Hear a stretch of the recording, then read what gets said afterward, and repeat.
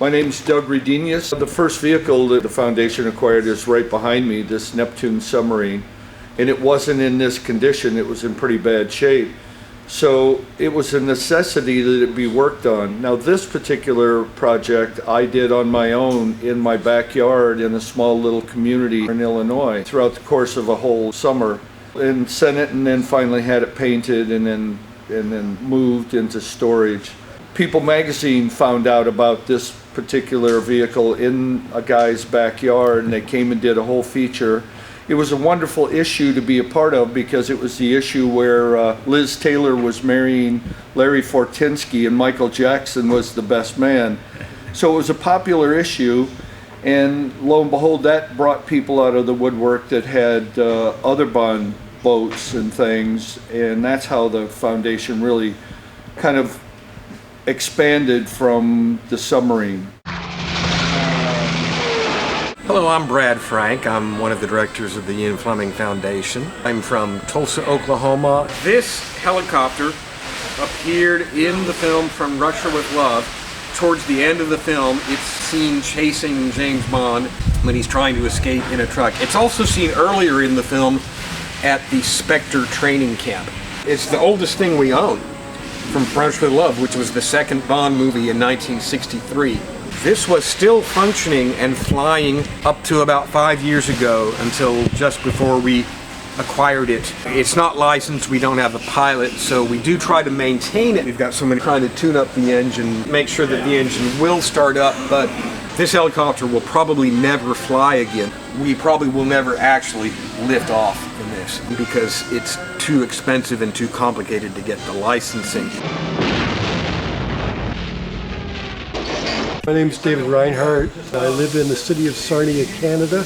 I mounted the Bahama plates on this Ford Mondale, which was the first vehicle you see Daniel Craig driving as James Bond. It's nothing spectacular, but it would be like having the Sunbeam Alpine from Dr. No, which was the first vehicle you really see Sean Connery driving as James Bond. My name is Colin Clark, and I'm from Oak Lawn, Illinois.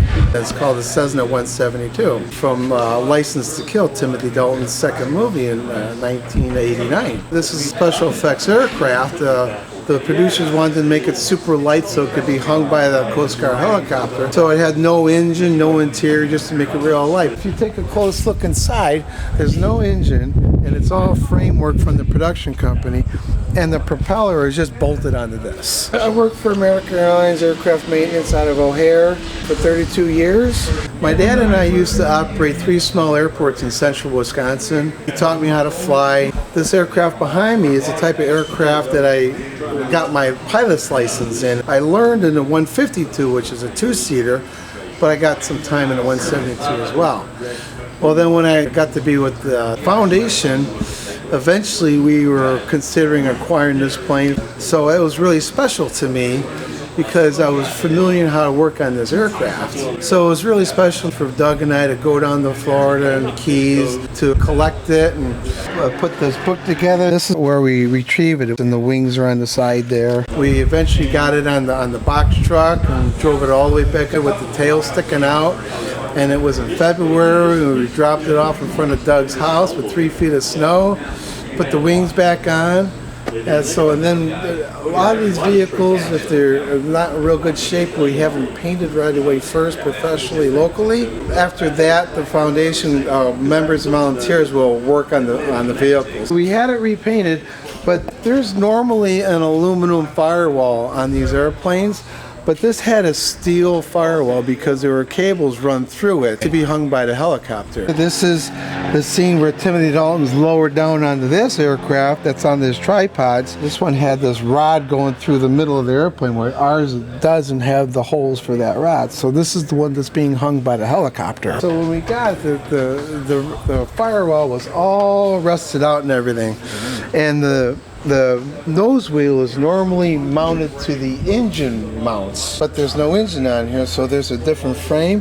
All we did was we bolted the front wheel. We added a 3/4 inch plywood firewall and just bolted the nose wheel to the firewall. It looks like it's where it's supposed to be, you know? We made these grills so you couldn't see inside.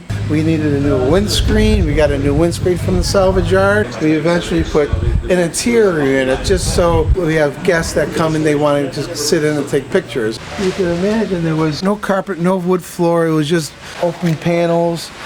And it was all corroded inside. You can still see some corrosion here. So we put a floor and a carpeted floor. We added old Cessna chairs. That's why they don't match, because we got them one at a time. At least they're blue, because in the movie you could tell Sanchez is wearing a blue seatbelt. The entire interior would be blue. A lot of times the inside is not the same color as the outside with these small aircraft. Then we added a fake dash panel. And we modified the tail. It all comes on and off with pins.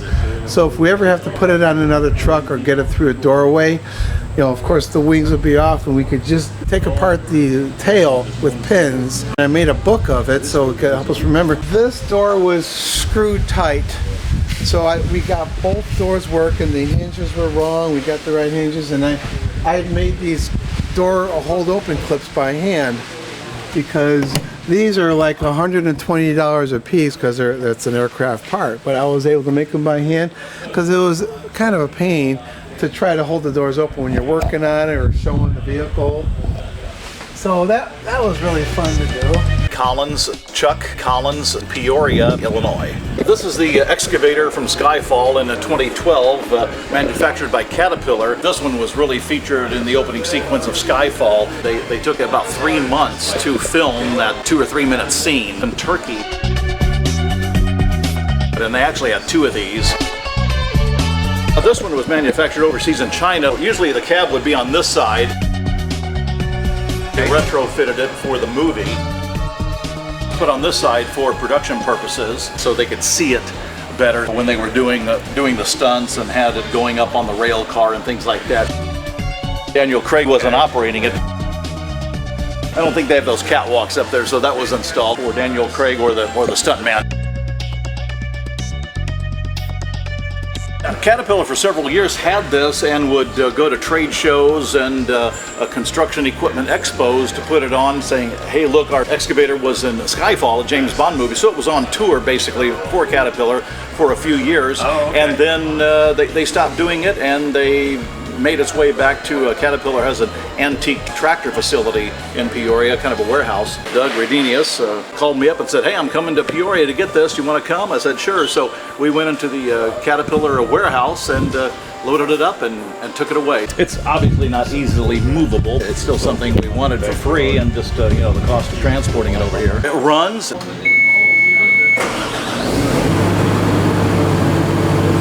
It still operates. We've climbed on it. They put the fake bullet holes and computer-enhanced bullet holes in the windshield and the mirror and the back plate. It looks like real bullet holes. Caterpillar's main manufacturing facilities are in my hometown of Peoria, Illinois. I grew up with Caterpillar, and when I found out Caterpillar was part of the movies, that excited me very much. My name is Chris McGregor. I live in a town called Hoffman Estates. This weekend we're installing a tablet in the Q-boat. It's got the video from the actual movie, The World Is Not Enough. I got in contact with the guy who put all the graphics together for The World Is Not Enough. He sent me all of his files, and so we have been working for the last couple of years to identify how to get that video on the screen in the Q-boat.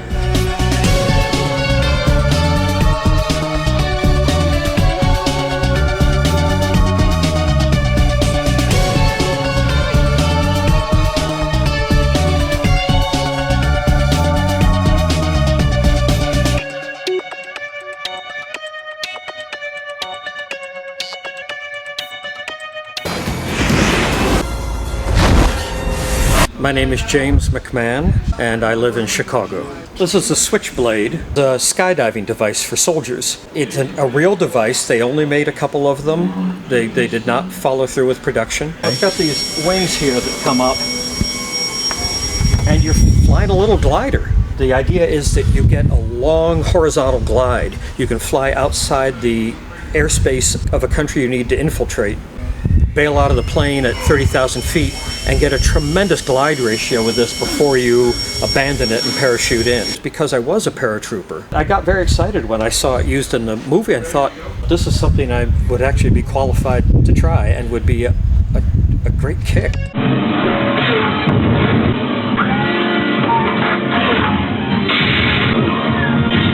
Hi, I'm Fraser Engerman. I live in Milwaukee. The Jaguar from Die Another Day is really cool.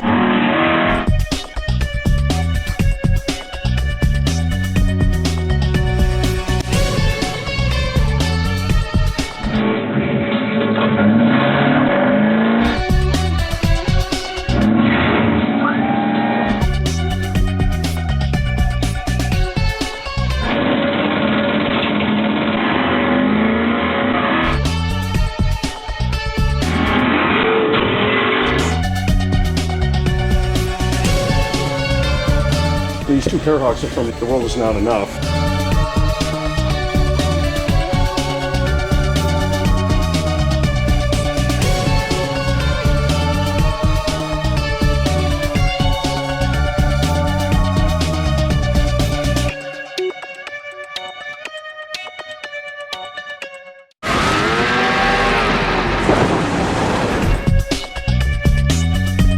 I am Colin McGregor, 19 years old.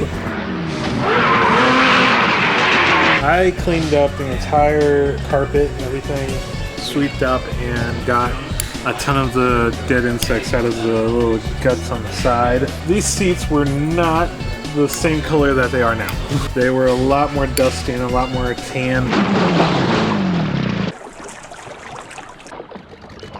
I took high school wood shop so I could help out around here a little bit more.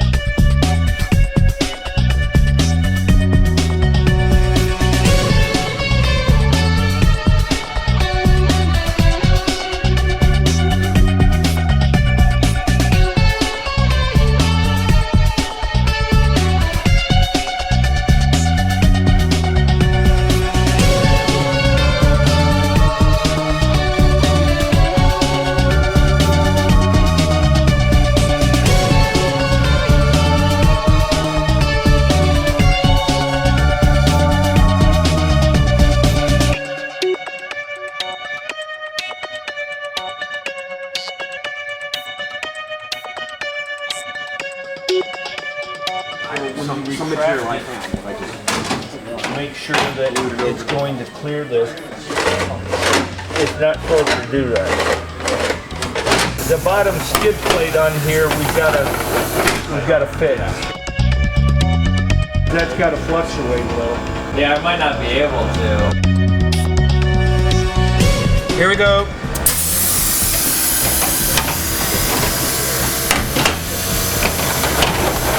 Here.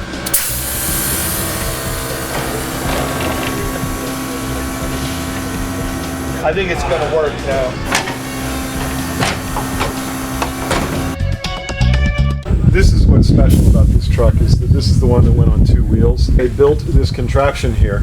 It's a wheel to prevent the truck from tipping over. Though the stunt driver had it up on two wheels, if he felt like he was going to tip over, he could push a button and then this thing would pop out with the wheel on it, and so it would prevent the thing from rolling all the way over. But they never used it. But this is what proves that this was a stunt vehicle. My name is Chris McGregor. I live outside of Chicago in a town called Hoffman Estates. It came to us in pretty bad shape. We got this from I believe it was a community college somewhere in Oregon. They had this thing sitting on its side for a number of years. They used it to train fire departments who needed to know how to go and get people out of a vehicle that tipped over on the road. What we'd like to do is fully restore it.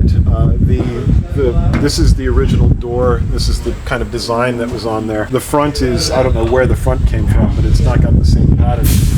But when they released this, when they released License to Kill, Kenworth, the company who made all these trucks, they did a special edition, and so you could buy a truck that looked like it had been in the James Bond film. So what we'd like to do is find one of those that still exists and is in decent shape, and then we'll just go and get the body panels off of that one and put it onto this one. I've been doing the Bond work weekends for 7 years, and when I came up here, we got to a point that we just didn't have a lot of stuff to do. So when this showed up, I was like, now that is a lot of work. We'll keep it going for years. It's going to be expensive to restore this. We're hoping that maybe we can find like a reality TV show about restoring vehicles who might take on the cost of doing it. My name's Doug Redenius, the Kenworth Semi. It's a major project. Looks like it belongs in the junkyard. It's in terrible, terrible condition. But we would like to hear from someone that has an idea of how maybe we can get that restored.